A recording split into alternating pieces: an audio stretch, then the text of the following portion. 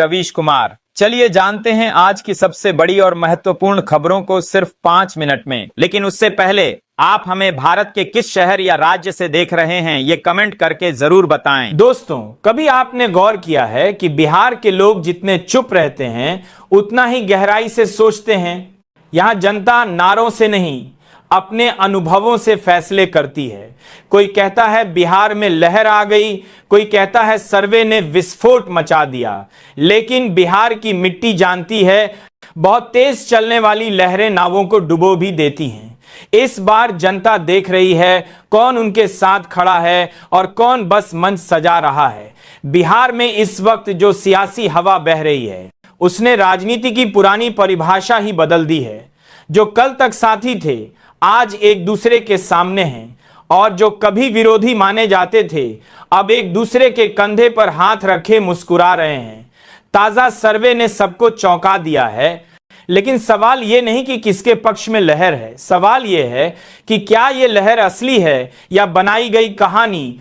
क्योंकि बिहार का मतदाता किसी के पोस्टर से नहीं अपने हालात से तय करता है कि किसे चुनना है।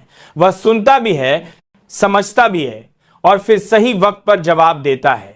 बिहार ने बार बार साबित किया है कि यहां के लोग राजनीति के सबसे होशियार दर्शक हैं।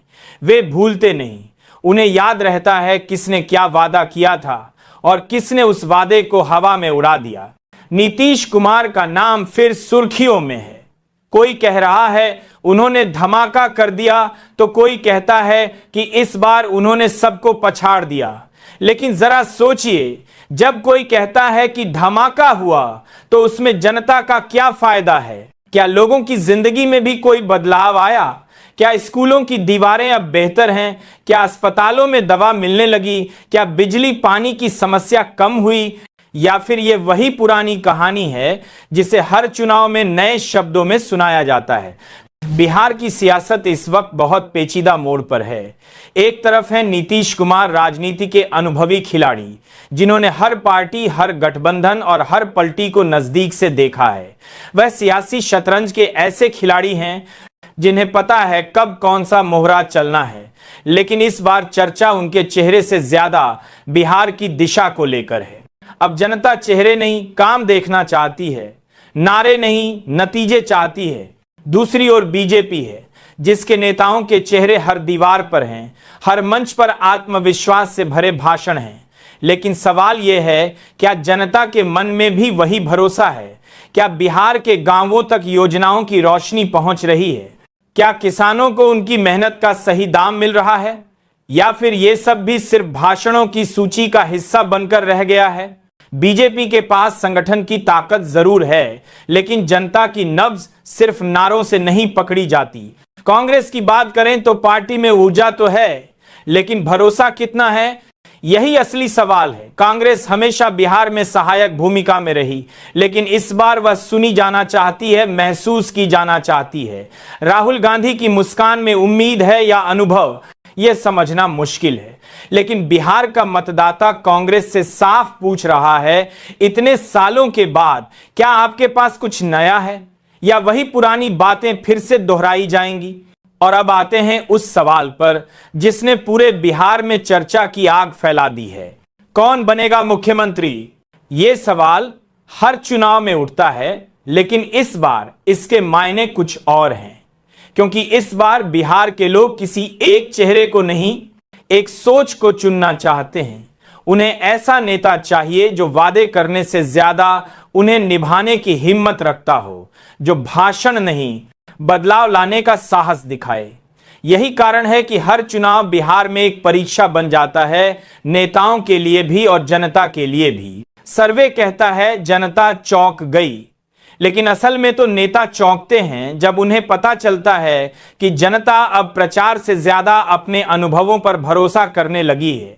बिहार का युवा बेरोजगार जरूर है, लेकिन अब भोला नहीं।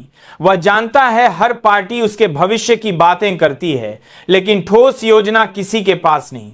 चाहे केंद्र की सरकार हो या राज्य की, नौकरियां अब भी घोषणाओं में अटकी हैं। नीतीश कुमार इस बार स्थिरता और विरोधाभास दोनों के प्रतीक बन गए हैं। एक ओर वे विकास की बातें करते हैं, दूसरी ओर विरोधी उन्हें पलटीबाज कहकर घेरते हैं। लेकिन बिहार की राजनीति में पलटी केवल शब्द नहीं, रणनीति है। जो इसे समझ गया वही खेल में टिका रहा।